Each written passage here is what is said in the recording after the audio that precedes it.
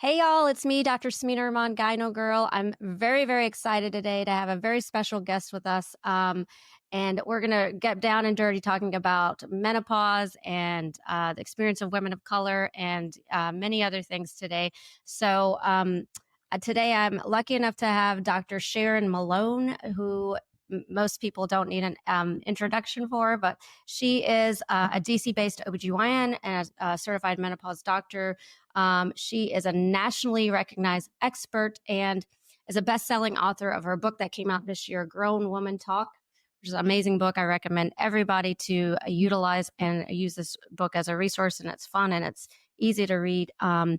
And she actually, in the last few years, has transitioned to clinical medicine and is doing is a medical advisor, a chief medical advisor for Alloy Women's Health, where she is doing a lot for raising awareness about midlife women and just really changing the narrative altogether. She's been a prominent member.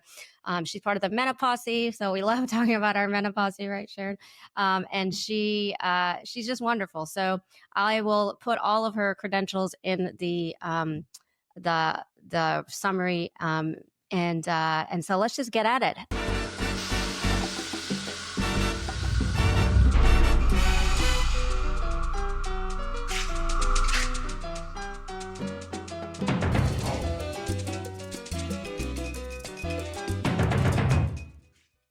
Thank you so much, Dr. Sharon Malone, for joining me. Well, thank you for having me. You know, this is my favorite topic. So, we can all day, every day.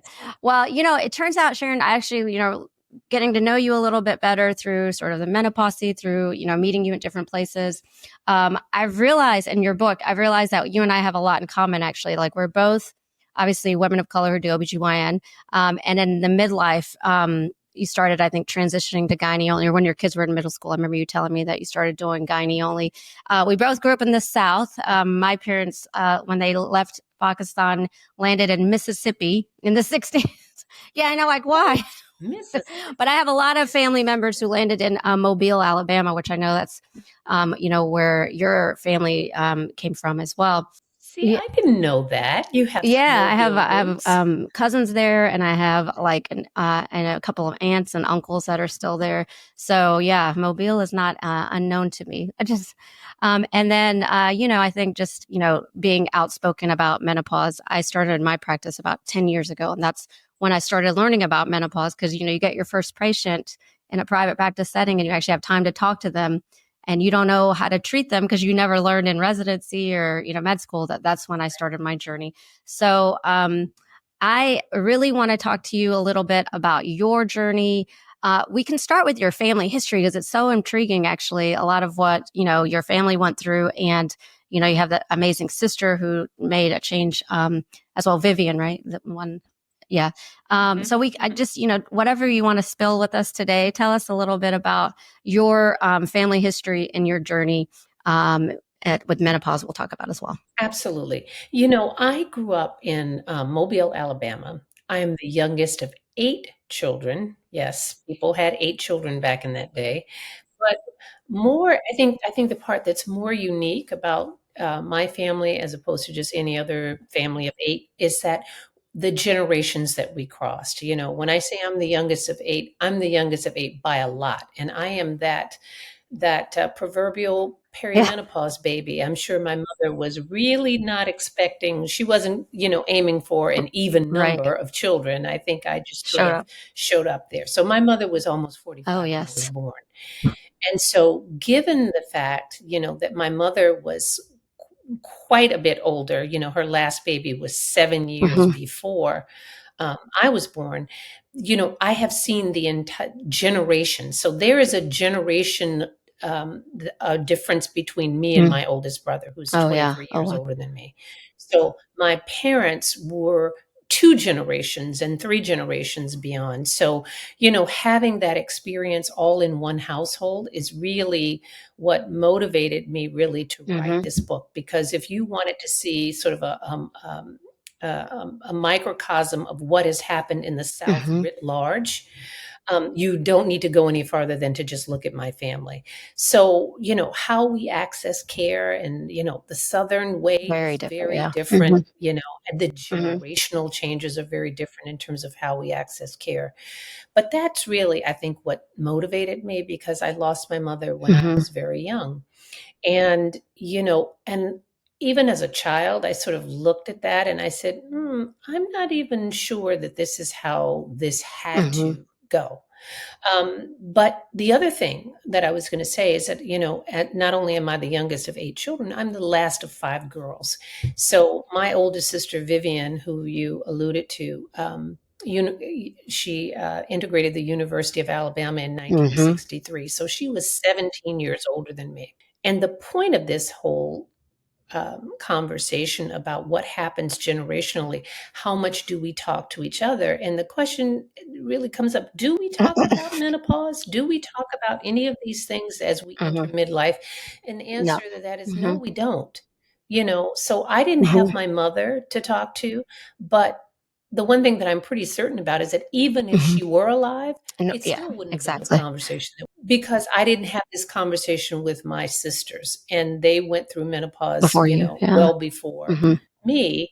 And, it just speaks to how little we talk to each other, Absolutely. either within families or even amongst our friend groups about what we're going through in Right. this And I know transition. some of that is obviously just generational. Some of that is cultural. Like, I mean, I always say I have like a Mhm. twofold negativity towards sex because I grew up in the South where we didn't get sex education. And then on top of that, I'm a Right. child of immigrants who didn't talk to me about, any of that or menses or no menses or what happens during that transition. And so, it was a lot of self teaching. And I think, you could speak to the same probably culturally as well as generationally that we just didn't get it, even if, if they were No, available. exactly. We didn't get it, and it was the kind of, menopause, anything related to women. And I say when I have a chapter in my book called Female Mhm. Troubles, because it used to just fall under this whole rubric, and that was everything. That was Yes. fibroids and bleeding and probably perimenopause and all of these things that just got wrapped into one, and it was just like one big amorphous Yeah. category.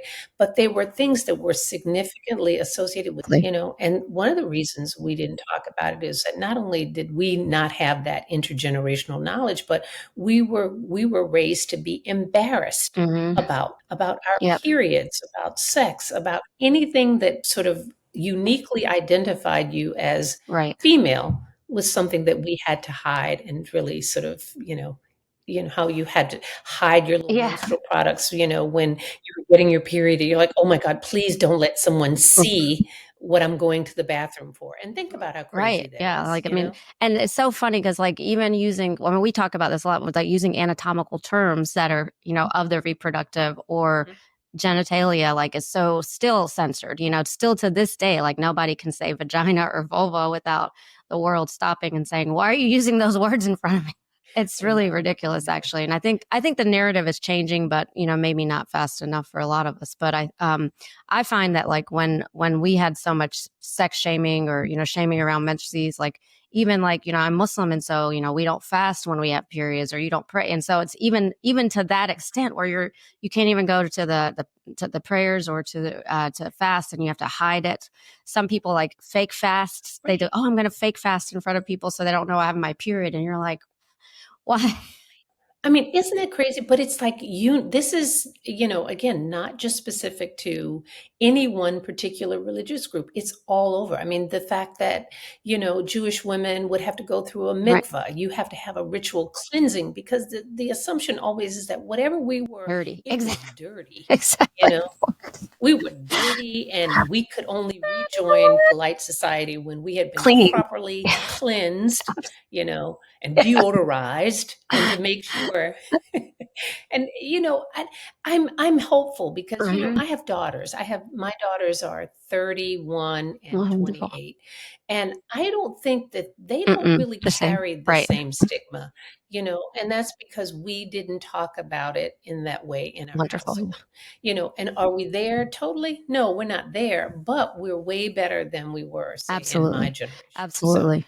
Yeah. making I mean, progress. that's the whole evolution of like the female hygiene industry, right? Is around this like sense of dirtiness or uncleanliness or, smelly vaginal areas that you have to make smell like pineapples. And, and it's become a multi-million dollar or maybe Well, even billion-dollar industry at this point. well, think about that. Even that you call menstrual products Yeah. hygiene products, like, oh, you know, I have. I don't know if you've had a chance to meet Jen Weiswolf. No, not in person, but I know She of her. is you know of her. So Mhm. her first book, and this is sort of when I met her. She has a book that actually is about the politics of Oh, yes. periods. So imagine that. And she talked about things that you never really would have considered, like the fact that menstrual products, there's like that they're taxed, Yeah. The that pink poor tax. women who can use they can't use their benefits, their cards for Right. menstrual products. I That's mean, think ridiculous. about that. So what are you Yeah. supposed to do? Where that women in Right. prisons don't routinely, or they get rationed Right. menstrual products. Well, what if your period is Yeah. You have heavier a or fibroid or more whatever. Yeah. days? Right, and you have to use your money to go do this. And so she has sort of shown a light on that whole aspect that I hadn't really thought Yeah. about. Like, why do they Right. cost so much? And the tampon Um, tax and all that and stuff. and how much right, and how much does that influence women that have really, really heavy periods? I mean, I call it, the uterus Yeah. tax, just what we have to pay For for being being women. women and the stuff that, and there has been a little bit of a shift. And I know if you go to places now, it's not unheard of to be in public spaces where there are menstrual products Right. in the bathroom. Because when you think about it, why you don't have to pay Yeah. for soap or That's toilet so true. paper if you go It's to the very true, bathroom, actually. You used to have to put like a quarter in or something so like that. Yeah.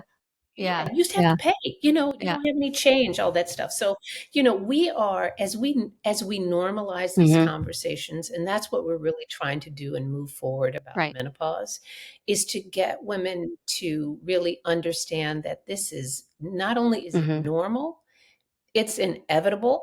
It's You inevitable. don't Right. get to opt out of menopause. We are Yeah. all going to end up on that road if we are lucky enough to Yes. live To long live long enough. enough. Yep. We will be there. Hmm. And why we enter this space with so little information is pretty, Astounding, right? you think about it, it's like, why haven't we talked Yeah. about it Yeah. until now? I did a little dinner last night with Liberty Road, which I think you're going to be doing in Los Angeles, Mhm, and I think that was the whole sort of mhm, mhm. agenda when Nada Jones started. It was really like this middle third of your life. What can you do to change? How are you transitioning? Like, what's happening? How are you pivoting? Like, how can you empower yourself? Your kids are out of the house. What's next for you? You just, we're not going out to pasture anymore. Like, and so Oh, no.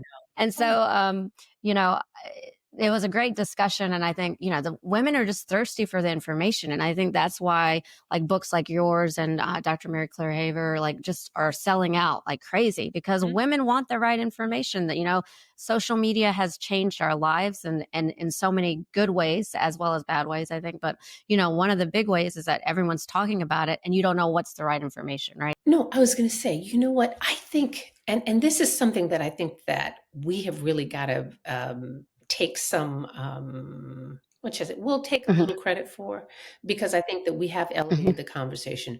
But I think too, Samina, that we overestimate how much people are That's very talking true. about it.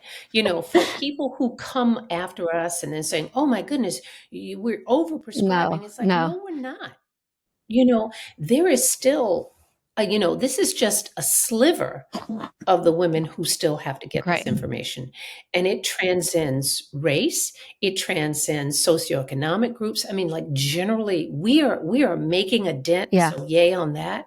But there are it's way true. more women out there who still don't have the information that they need about how to navigate this Yeah, phase of their life. So we got a lot of absolutely. work to do, but you It's know, happening. again, we were way ahead of where we Yeah, were 5 absolutely. years ago. And what's I'll say interesting that. is like you're right, we're making a dent. And I think because we're in this circle where we're always talking about menopause. So we think that everyone's talking about it. But the reality is I get Right. DMs from like, people in like India, Pakistan, Turkey, whatever. And they're like, we can't even get hormones here. Like, we don't even have availability. I don't even know how to get it. Can you send me hormones? Like, so, we're probably doing better than some, but not enough for the Mhm. worldwide woman population. Mhm. Mhm. But, and this is where being, I'm on the old part Yeah. of menopause, so I'm in the I'm the generation before you guys, and that's what I was telling. There was a time when there was a different conversation about hormones, because when I started, I trained in I went to med school in the early 80s. So we were talking about hormones, and we were talking about hormones positively. That was really what I was taught Yeah. in residency. We were, just getting to that phase where we had sorted out the, okay, don't give Right. estrogen by Right. itself Yeah. phase. We Yeah. knew don't do Yeah. that. Okay. Yeah. Oops, Oops. cancer. Um, Yeah. but, but we had Hmm. figured that out. But we also had gotten to the point where we had enough data and clinical experience behind us because I think for a lot of your listeners who think that we're talking about something new. Hormones have been around since Right. 1942, Right. you know and women have been complaining about menopause Ever. forever and have tried various and sundry Hmm. crazy things, to because they have Right. been complaining. So it's not, our complaints aren't new, and our solution, which is hormones, is Yes. not new. So by the time I came along, we had had enough clinical experience to say, wow, women who are on They're doing hormones great. do Yeah. better. You know, they Yeah. had better outcomes. They felt better. Right. They looked better. They had, sexual Yeah. function was improved. And it was really the cardiovascular That was. disease, the improvement in cardiovascular outcomes that really was the driver when I started practice of why we were really actively recommending that women take hormones. There Hmm. was that. And that didn't really change until the Women's Right. Health Initiative in 2002. And we went from saying, hey, hormones, they're here, they're a great idea, and they work Right. great for this, for Yeah. symptoms, which is really what Equality of most life. women were Right. taking them Hmm. for anyway. And that's what we are trying to recover from, is this 22-year period where women have been told that, they don't help your heart, they're going to give you breast Right. cancer. And that's a hard and very deep hole to Right. dig out of. We're But we're trying to, we're yeah. getting there. I interviewed Dr. Jim Simon last week, and we talked about, his whole spiel that he had that the government and the media conspired against women to, really take hormones off the shelf and have them flush it all down the toilet, which, it's, he's like, I'm not a conspiracy theorist, but this really happened. Like, this is the whole reason that women stopped using it. And that's exactly it. Like, he would show media. I remember watching his lecture at Ishwish one year, and he showed all the media that came out, like this flood of information, like this is going Mhm, to increase your risk of breast mhm, cancer and watch out. Like, and so everyone stopped doing it. And even though, and we can talk about this, even though the data now does not suggest that there is an increased risk, in fact, a decreased risk with estrogen alone, people are still living like they're in the 2002, right. basically. Right, right. But you know what the danger is? I mean, here's the good news and the bad news about social media. The good news is that, again, we have sort of democratized access Hmm. to information. We've also democratized access to bad Yeah, information, so true. you know, It's so true. and women are often caught in the middle, trying to navigate and negotiate. Okay, well, one person said this, another person uh, said that, and who's going to be the arbiter of what's real and what's not? We are also I mean, imagine, okay, so, let's go back in the way back time machine to hmm 2002. And, we had no social media. And look at how sticky that hmm information was when all we had right, were newspapers, right. and you saw it on TV, and it was a blip, It but lasted. it so Yeah. saturated people's minds. So now again, come to forward to today and imagine how quickly bad information can disseminate in today's world. And you've got more outlets. You've got, you don't just have ABC, NBC, and Yeah. CBS like we Yeah. did, Hmm. back then. You have everybody who has access to, a computer and, a Hmm. keyboard can write whatever they like. They can say whatever they like. And a lot of these conversations about, navigating medical Mhm. findings, we did that Right. Right. internally. Yeah, yeah. You know what I mean? Someone would write a paper, and you look at it and it would be Right. peer reviewed and someone would decide, okay, well, it's worth, Talking about right. printing. Then we read it, but the reality is that that never got out Never. into the general Exactly, yeah. public Too until it was, it had to be discussed and arbitrated within the medical community. All right, you found that. Well, let's do another study. What's the body of evidence that says before we changed? We weren't just switching, every time somebody printed a paper and you're like, oh my God, well, then do right. this and don't do that Right. because, you're going to Right. have different findings. And that to me is the danger about the time that we're Mhm. living in now is that not every study is Right. worth mentioning, Mhm. And we'll you probably know, never have a study not like every WHI study. again. I mean, that was a huge yeah. Oh, Yeah. never. Yeah. We'll never have that. But here's and I read something very recently, and I think I don't know what journal I don't know if it was JAMA or it might have been in Menopause. But the point is that for a lot of the questions that we have now about Mhm. interventions, medicines, procedures, or whatever, you're never going to be able to do a randomized, double-blind, Mhm. placebo-controlled study. It just is Mm-mm. not Mm-mm. feasible to do that. So we're going to have to figure out, better ways and to be in a world where we say that's the only standard by which we can judge things, which is why we're still continuing to talk about the Yeah. Women's Health Initiative. Observational studies are going to be Right. what we've got, and a well-designed Mhm. observational study Right. will be fine for answering some of the questions. So we can't get hung up in, the weeds about how the study was done. And to be honest with you, and I'm one of those people that I talk about the Women's Health Initiative and the disservice that it did Right. all the time. But I don't really have a problem with how the study was Right. It was constructed, how it was interpreted. but it was asking and answering the Mhm. wrong questions, and the things that they answered were generalized way too far. If you had just said, take the same thing, it says, for women who are 63, who don't have symptoms, who are overweight, Right. who are hypertensive, and Maybe have we other shouldn't health, give it. Yeah. perhaps this Right. would Right. not be the Exactly. case. But that's Yeah. not our study Yeah. population. And that's the problem, I think, with it. And so, we've got to, I think people like Jim Simon, and I know Jim Simon You're in quite DC. well Yeah. because I'm Yeah. here in DC, and he's part of the people who are Mhm. GW alums.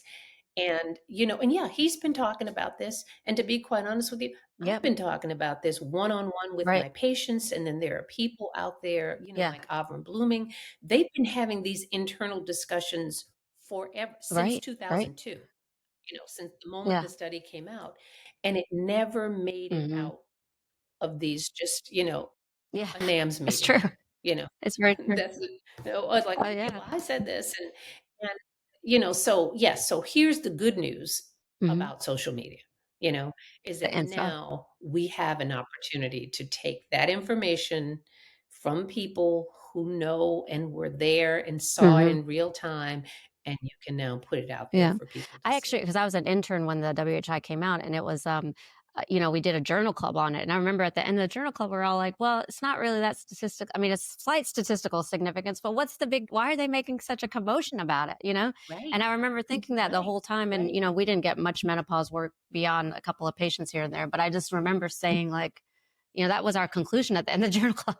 Like, why are they making a big deal? It wasn't Yeah, Yeah, that wasn't that bad. When I finally got the journal, the problem is, when you talk about pre-internet era, the when print. they had the press conference, we had to wait. It Yes. was literally 2 weeks before you could even Yes, read exactly, the exactly. article. Well, where is it? Let's see it. Okay. Okay, and Right, patients are calling and right. they're all I'm like, "Well mad, well, we haven't read the that, journal "Why yet." did you give me this stuff?" I don't know what it said. What did it say? I've got to read the New York Times to try to figure out, but that's someone Right. else's spin on the study. when you actually read the study. It was never how it And was what do you think? I presented, mean, I think we all you have know? our theories around patriarchy, but it's like they make such a deal about hormone. We give patients so many medications all the freaking time. I had a patient who was on like a nifedipine recently, and I had started her on a patch, and they were like, "Oh, she got swelling," and I'm like, "No, it's probably from the nifedipine." Like she had these big tree trunk legs, but after having started it. But let's take her off the patch, in case. And I was like, I don't think it's the patch, guys. Like, let's. And then she adjusted her nifedipine dose and her swelling was, and it was just interesting. Like we don't care as much about those side effects, or we don't make, world news about it. Well, I Hmm. have a theory, and my theory is this, that we in the medical profession and that we as women generally, we have just made peace and accepted women's Totally. suffering, Hmm. you know? It's Yeah. just like what we do. Okay, Yeah. well, yeah, well, oh, it only Yeah. makes you feel better? Well, Yeah. then why would Yeah. you do that? Like there is no amount of risk, however small, that it's Yeah. acceptable, even if it improves Right. the quality of your life. And That's not okay. Yeah. that's, you know, Yeah. no, it's not okay. I think that that is part of why we don't access, because Suck it up. we become so Hmm. comfortable with suffering, and it starts with Yeah. our cramps, Right. as young girls, and it just kind of goes through our entire Hmm. reproductive lives, that by the time we get to menopause and there's Hmm. more suffering, we're just like, oh yeah, well, I guess that's what we do. And Women suffer. And I think that doctors are not as attuned to no, women's I know. suffering as well, which is why, there's the minimizing Hmm. piece of it about, even when we complain, not just of menopausal things, but Hmm. anything, you're likely to be, brushed off, or, Gas put. you Yeah. know, or, people saying things like, "Oh my goodness, it's all Right. in your head," or "There Yeah. you go, Yeah. complaining Yep. again." So it's a lot, but I think that we also, but there's a lot of societal Hmm. stuff here. There is also the part about not being comfortable of addressing women's sexual Hmm. issues. You know, we have no problems doing Man. that for Right. men, but when it comes to women's sexual, one, we don't even Right. ask about them Right. for the most And you don't part, learn about it. you know, and you Yeah. didn't learn about it. And what I always say, the reason why doctors don't like to ask questions, we don't like to ask questions that we don't know the True. answer to. So So if you don't know how to do it, you're just like, right. okay, well, if you don't bring it Right. up, I'm not Right. bringing it up, because so many doctors are just Training. not really trained or prepared. And, and I will say this, as you know, this as Gyno Girl, and as your moniker. And most OBGYNs are not, we're the Right. logical go-to people. But, I say this a lot I say in defense of my OBGYN colleagues, because I Yes. was one for a lot of years. And we're asked A to do a lot. lot of Yeah. things for, I don't think there's another field of medicine that has the breadth of things that we Right. care for, And life and death because for our situations, young right? Like a lot of patients, life and death yeah, situations. and we're doing surgery, and we're doing Mhm. primary care, and we are counseling. We are, if you're between the ages of 20 and I'd say Mhm. 40, we are serving Yeah. as your primary care Absolutely. doctor. You Absolutely. know, we are doing all those things because they don't see anybody but us Right. usually in those years. So It's I a say lot. it's a lot. Mhm. So I get it, and I know how hard it is to, and the Mhm. time constraints that we have in the Yeah. course of a day. So yeah, I get it, and it's an explanation, not an Exactly. And that's excuse. what I tell people. I mean, like You know, I before I started my own practice, I was in academic medicine where I had to see 35 patients a day. And if a patient brought up sexual concerns or pelvic pain, you're always right? like, Oh, and I feel oh, so bad right. about those times that I did that, but and it was literally, and the reason Yeah, I got into this was it was literally my first week of my practice being open that I had a patient with sexual pain, and my second or third was genital urinary syndrome and menopause, and I was like, I got to learn how to treat these patients. And when you start a practice, you have like 3 or 4 the first day or whatever, and you spend like an hour with them, and you're like, oh yeah, well, okay, I'm going to help you yeah. figure this out. Well, because menopause, perimenopause, pelvic pain, sexual dysfunction, these are not No, it one take and time. done visits. Yep. it takes time. You've got to Hmm. establish trust. You know what? You may try something the first Right. time, that may not Trial and work, error. but Yeah. come back. You're going to have to figure it out. And that's where I think it's unfortunate in today's environment where you're not Right. rewarded for that. When I say rewarded as a physician, I mean, physicians are out here trying Make a to, living. Yeah. make a living like everybody else. And there's no compensation Exactly. structure that allows a really good doctor who takes the time and spends it with their patient to have It's really that. bad. Isn't that something that's Right. not worth? I can go Yeah. take out an organ Yeah. or, or give you a knee surgery. And somehow, when in this world of how we value, that's part of it too. We don't. Absolutely. I We don't mean, that value was it. my whole when I started my practice, I had taken insurance and I've dropped a couple in the last few years, but I don't want to lose insurance altogether because I don't want to be inaccessible to patients. But I recognize that every time I see a patient and I spend, 45 minutes to an hour with them, I'm getting not even a tenth of what I should. But we all have overhead, so we Right. have to find ways to kind of meet it. Like Right. the government's Right. not supplying my overhead. So, Well, see, this is where I think, I mean, here's the good news and the bad news. And there are always, when I give you some bad news, I usually follow it up with some good news. So the good news is that we are training a new mhm, generation of doctors who right, know more and are able to deal with these.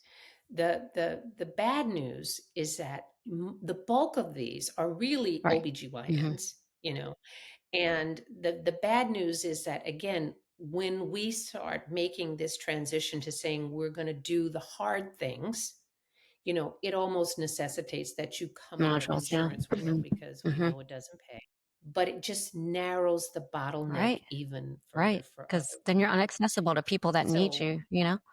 right, So, right. And so, but not only that, but you're narrow. I mean, there are a lot of things that go into this mix, just in terms of what's happening politically, what's happening with access to, abortion care. All this is going to influence who goes into this field and where they go geographically to practice. That's going to right, be real. right, And we have right. to deal with that.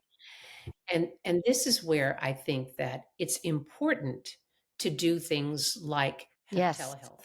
And that's why when I left my practice, I realized I said, you know what? I'm leaving because, I've had enough, Yeah, 30 years is enough. But it was also not just the time, it was the frustration level of dealing, in today's complicated Byzantine world of yeah, healthcare. yeah, But I realized, I said, I'm not done. I yep, know a lot. I've got a lot of things that I still yep, can say and I want to share with people. And this is where telehealth is absolutely. important because it's going to allow doctors to access more Yeah, patients, to their patients are going to be able to access care because what if you don't have an OBGYN in your area or you don't have someone who knows how to treat you menopause or said post-watching, perimenopause? yeah. And it's not just the people in rural Mhm. Alabama. These are people who have access problems who live in Yeah, Washington, suburbs D.C. of and New Chicago, York yeah, City. exactly. Yeah, Yeah. They can't, and they've got insurance and right. they've got places or they find a doctor and the wait is six, Yes, eight yeah. months, There are I real mean, issues. that's Yeah. a problem. Actually, let's talk about your So transition we've to got to, MyAllo. I love MyAllo. I think it's a great platform. I'm on a lot of these OBGYN groups, and people get so anxious when they feel like, oh, here's a direct to consumer marketing. Uh, you know, like I'm a medical advisor for Evie, which is like a, vaginal microbiome platform where you can access that mhm, as well as, mhm. and whenever time these platforms come up for perimenopause and menopause, a lot of them freak out. And I'm like, no, guys, like, there's a big need and you guys can't fill it. And it's kind of like when I started Right, my practice 10 years right. ago and I reached out to people to see how they could help me start it and nobody would. I was like, I need like 10 vulvas a day to probably make me happy. There's like 2 million here, guys. Like, let's work together, you know? Yeah, yeah. But see, that's the thing, we have to have the ability to Right. think outside the Right. box, you know what I mean? And that traditional, get Yeah. up, go to the doctor, take a day off from work, all that kind of thing. There are always going to be something. Of We course. need doctors. There are going to be things where you're going to have to go in for. Okay. But for a lot of the things that we are clogging up the system, like perimenopause and menopausal care, if you're able to find someone, this works Right. beautifully for this environment because, most of it's talking, most of it's Education. Exactly. education, most of it is just, being able to have the convenience. What about people who don't Hmm. have insurance, where it's cost prohibitive? You can't even go see a Hmm. doctor anyway. We were trying to democratize this process, but this is also where I think it's important for when I say consumer, beware. I joined Alloy very, very early on. It was Ann They're and wonderful. Monica Yeah. and Yeah. me, Yeah. basically. And you have to have a Hmm. trusted source.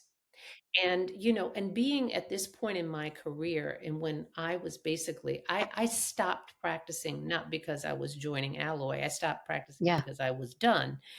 And to have the ability to say, I want to be a part of something, but I want to make sure that the information that people have access to is Hmm. science based. It's not, you don't have to take my Hmm. opinion for it. We are using the same protocols that I would have used if I Right. were in my office. And so that's where you have to establish some trust and to know that there are people out there, and there are people that are going to try Sure. to sell you Sure. trash. Yeah. It's out there. Yeah. There's- Menopause is this is having a America. moment, meaning that everyone wants to monetize off of it. Yeah. That's right. Yeah. Everybody's out there.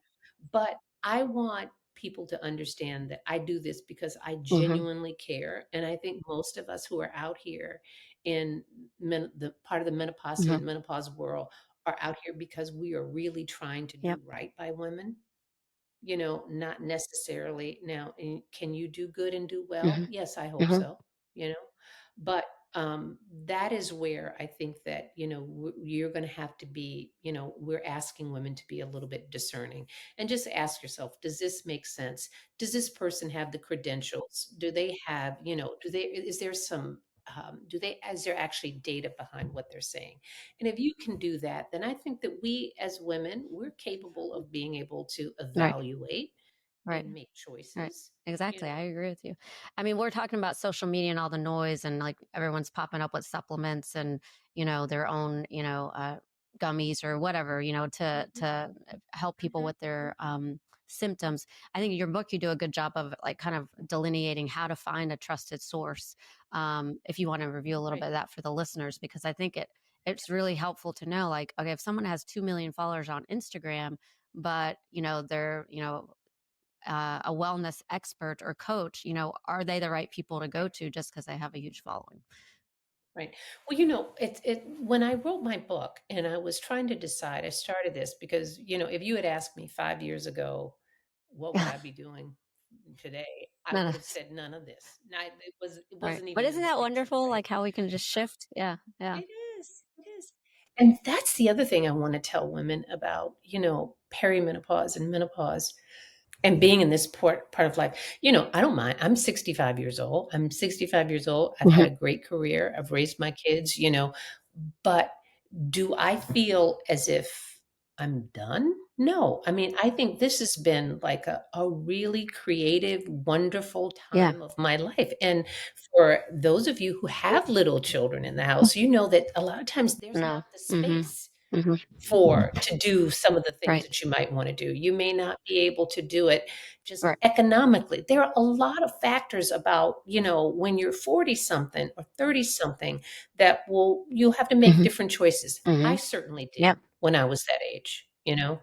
But that's why I said it's so important to when you finally get to this point in life and you're menopausal and you are in the final quarter of your life or Right. third or however Right. long it's going to be able to say, wouldn't it be just a tragedy to like finally get the freedom and the creative energy to do what you want to do Not be healthy next and year. your Yeah. your health Yeah. is a problem, or you've got brain fog, or you Mm. don't feel well, or you're chronically fatigued, all of those things that get in the way of you being Absolutely. productive. And that's why I want to tell women, like, no, yeah, we talk about all the signs and symptoms of menopause that you Yeah. can have, not Yeah. that you should Exactly. have, You because if should you treat them. have them, you need to You go should get treat them. that.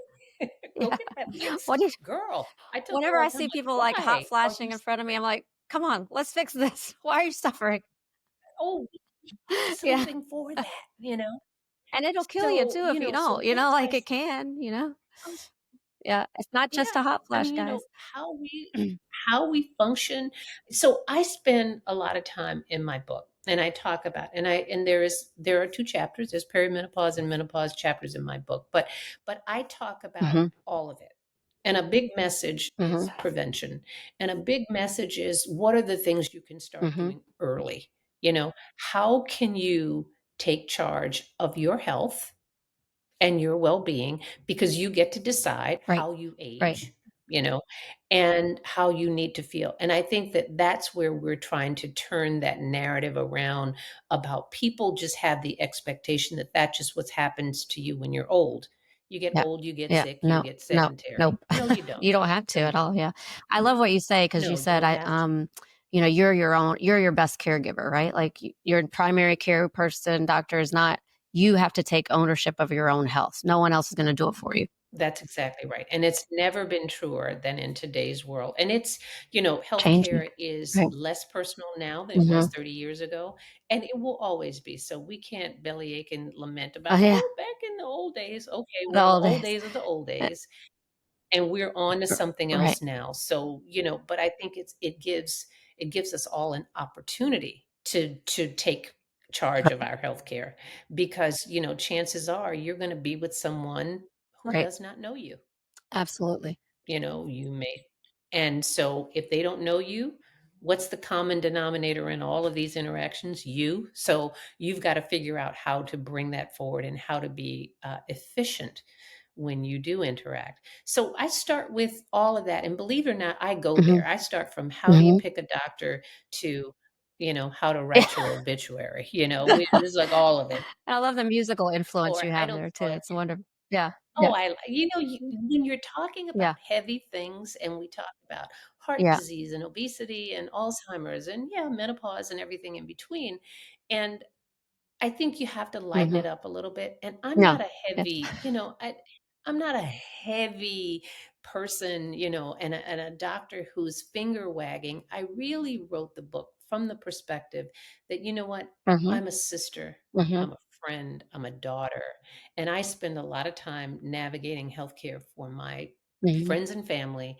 And these are the things that I think they should know Right. if they don't know, just how to navigate the system. But I also wanted to write it in a way that was understandable yet not Right. condescending. And I also wanted to write it in a way such that it Right. wasn't And I love your little dictatorial, stories you about know? patients in the minute you weave in all these stories that are Yeah, very helpful, I think, as well. yeah. Um, I want to talk also a little bit. I mean, do you mind telling your journey into menopause? Like, what did you end up doing for yourself? Well, you know what? Here's what you get. The advantage of having done this for many, many years before I actually went through menopause. Because when I started in the practice that I was in, the practice had been in existence for 30 years before I Mhm. got there. So I immediately Patience. inherited patients. I had 18 Yeah. year olds and 80-year Yeah. olds Oh, on wow. day one. So I had these women, these little women, who had been on hormones since the 60s, you know and they were there, and I would sit there and I was like, oh my god, Yeah. I've got all these ladies. And so I had the luxury of knowing, okay, I saw what women Yeah. look like who'd You been on see a difference. hormones for 30 years. They look good. And they were like, over my dead body. No, hell no, you're Yeah. not taking Yeah. my hormones, right? So I was like, okay, well, they're good. And then that went through that whole evolution of thought. So by the time I got to, perimenopause, I had been practicing for Mhm. 15 years at Mhm. that point. So I'm one of those people that you don't have to Yeah. tell me twice. Okay. I feel the same way, like, when Uh-huh. you deliver babies and you go in there and after you've delivered a few, I had delivered babies for 5 or 6 years before I Yeah. had one for Same. myself, and I said, "Well, that Yeah. one certainly looks painful. Epidural, thank you. Epidural, please. Yeah. Right I away. need it, Right. and I need it Exactly. right now." Yeah. I'm Yeah. like, Exactly. you know, and I felt that way Perimenopause. about Yeah. menopause, because it comes at a time in life. It was, as I said, perimenopause couldn't Yeah. come at a That's what worse I'm time. feeling right now. You got kids, you got kids you're Karen. dealing with, you got Yeah, homework and school projects, you're trying to work. My husband was at a very different point in his career where he was well-meaning of but course. Yeah. absent. He just Yeah. couldn't be helped. And so I could not afford to be I told my husband, I said, "I can't be any madder than I already am right now, okay? It wouldn't be good That's for the worst part anybody." of it is that irritation So and anger, It's like, I mean, that's why rage, my just kids call it Scary rage. Perry in my house right now. Like, is it Scary Perry or is this mama? I don't know. No, but you know what? But when I got to that point, it Yeah. wasn't unfamiliar to me, so I knew exactly what it was. I was like, "Okay, that's it." I didn't even wait, because I was on birth control pills, and the way that I knew that I really was in perimenopause was because you would have a Yes, whole week off, and you know when it's coming. you know, and my whole week off, I'm like, "Ooh, I'm not pleasant. Yeah. this is a problem." Mm. And so I went from birth control pills, being well aware of what my symptoms were going to be. And I even took a little stint in between where I Mhm. tried an IUD Yeah. just to see if it was Mm-mm, working. I mm-mm. was like, no, because you're like bleeding all the Yeah. time and it was terrible. And so I said, okay, so we went from birth control pills, checked a little bit just to see, am I Yeah. really Uh-huh. done? I was. And then I went straight Menopausal to woman. Mhm. hormone therapy. And I've been on hormone therapy since, and it's now been Yeah. 15 Yeah, there years. you go. So and I'm fine, and I have Coming no off of it. intention of, you know And look how good no, she looks. See, that no. estrogen's so important. I'm gonna be one of those little old ladies in the office like, No, you won't be little because you'll be like, your bones will be healthy. So "That's yeah, true, I yeah. won't be little." But you won't part from the hormones. I get that.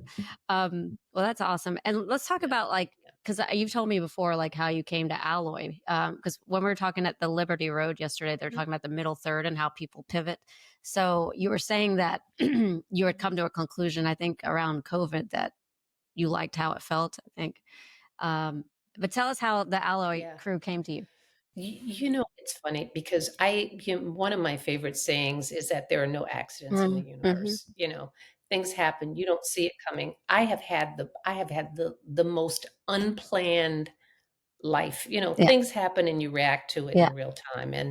And when I was doing, so I'm just practicing. I'm putting one foot in front of the other and I'm just going to work, not thinking about the slightest bit of time of leaving. Cause at that point I was Mhm. 61.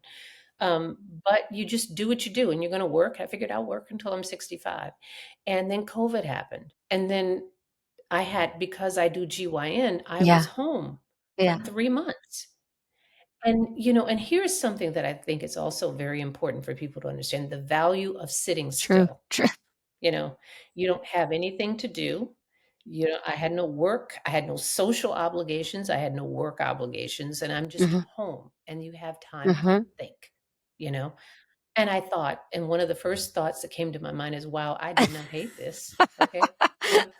I like sitting here a little I'm bit. not one of Yeah. those people like, oh, I can't wait to get No, back I'm to work. I'm okay. Okay. I'm okay. But what really and how I got to aloe, and this is where I said it's no accidents in the universe, because that summer Mhm. of COVID, and we had just gone back to work, and my friend Here's my Michelle friend. Look at that Obama was podcast. starting up Uh-huh. her podcast. And she, and because everything is socially distanced and you couldn't do, I'm sure she had a very different vision for how she was going to do her podcast. But Mhm. I'm Uh, here, mm, she's here.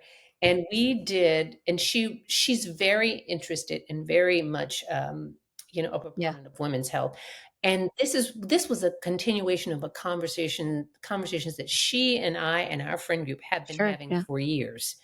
So she said, let's do a show about menopause. And Sure. I said, okay. So we did this Uh-huh. little podcast that summer of 2020. And a few Uh-huh. people listened to it. Uh-huh. And when I went back to work, I'm already churning about maybe I'll think of Yeah. something else to do. I don't know what, or leave. And Anne and The Monica, founders of my alloy. Anne, Yeah. who lives in New York City, these are the founders of Alloy, Anne Fullenwater and Monica Mullenauer. Anne lives in New York. Monica lived Uh-huh. in Rotterdam.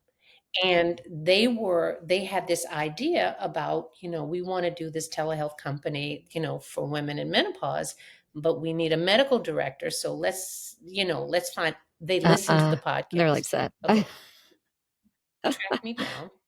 Uh-huh. We have a Zoom. And I said, and it was so funny because when they got to me, they said, well, we're just thinking about Mm. doing this thing. And I said, it's so funny that you would come to me at this point. The timing Timing is is everything. everything. Yeah, It's yeah. everything. And so that's really how we got together. Just one series of just, of things that were not planned, but that's how they found me.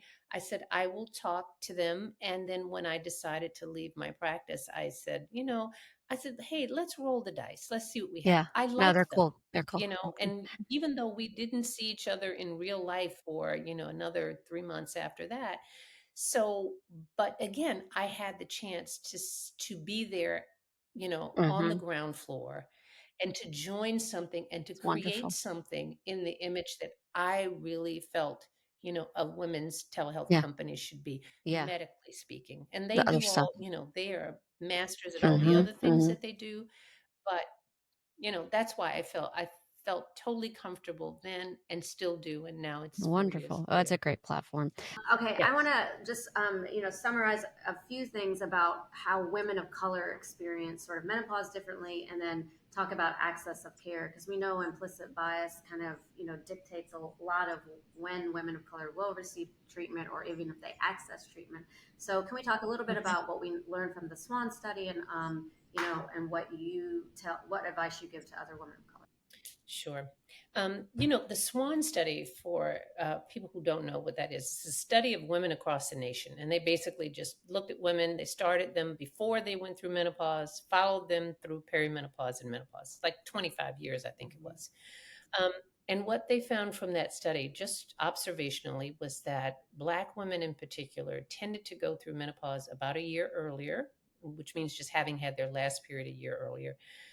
Their symptoms started sooner, which means that they, were perimenopausal, many of them in their early 40s and sometimes even their late 30s.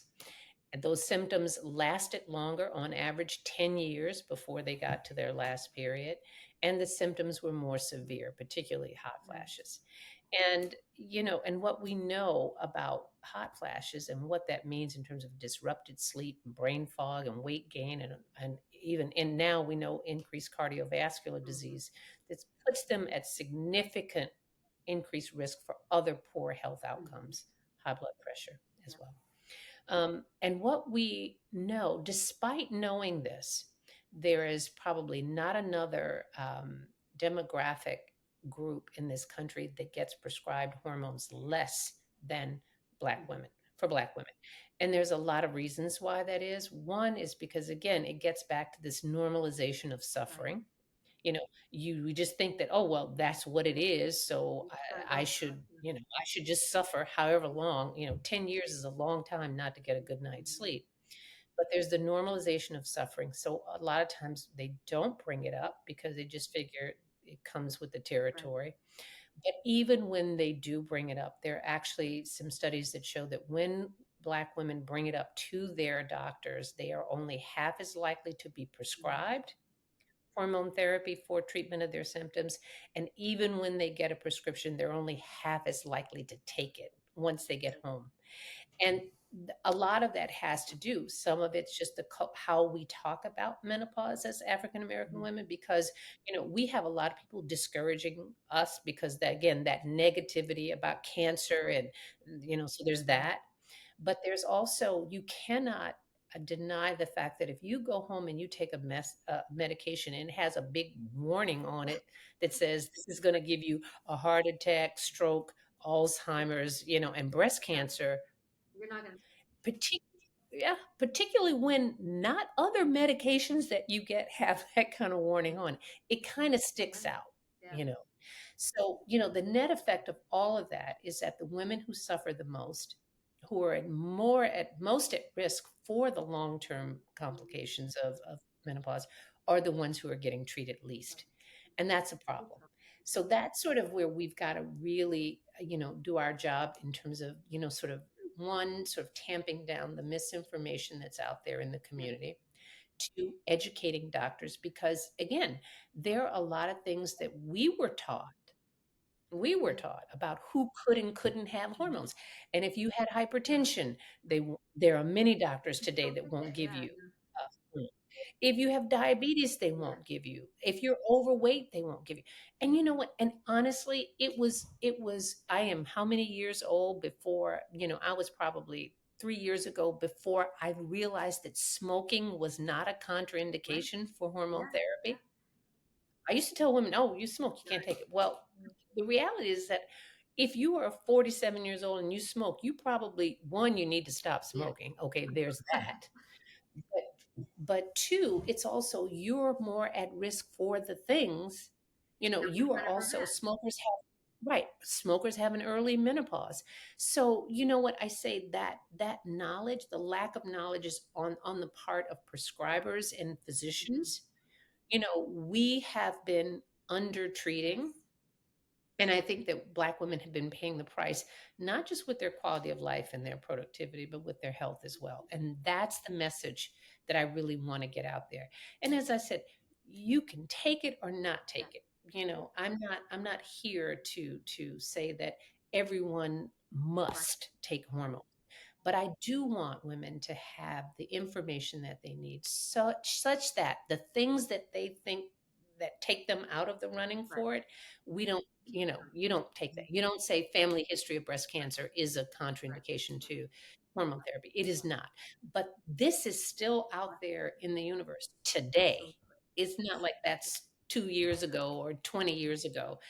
There are still doctors. I just got someone who sent me a text about that very recently and said, my doctor, I have high blood pressure. I'm on medication. My doctor said I can't have hormone Yeah. therapy. I'm like, oh, you're killing me. Yeah, You I know, know? and I think because they still conflate oral contraceptive pills and the type of Right. hormones in those with menopause hormone therapy, Right. which they're not the same. Exactly. And Exactly. so, I think it's very important to know who you're going to see, and navigating that sort of expertise is always a challenge. And you Right. give a lot of good advice on how to find, someone that has a good expertise as well in your book. So everyone check it out. Um, all right. Well, I could ask you a million other questions, but I want to be cognizant of your time. And I really appreciate you, Dr. Sharon Malone, for joining me today. I love what you say in your book, and I've quoted you many times that you want to be a benefactor, not a burden. And I think that Right. that should be many of our goals. Mary Claire talks about her nursing home prevention program, but it's all the same, right? You don't want to be a frail old lady that pees on Right. herself and can't remember anything. And so we Right. gotta take the bull by the horn and really get out there and do our homework when it comes to taking our medications or not taking our medications, but at least making our own Right. informed decision. Right.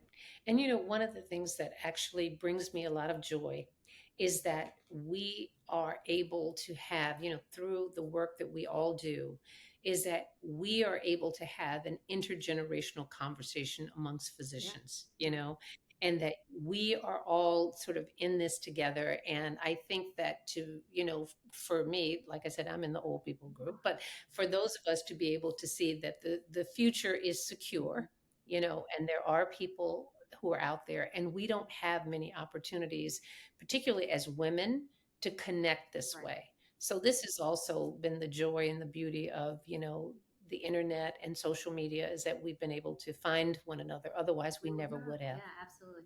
And that's a big part of cognitive fitness is your social, interactions and Right? keeping friendships up. And so it's that, dementia prevention program right there. Yeah.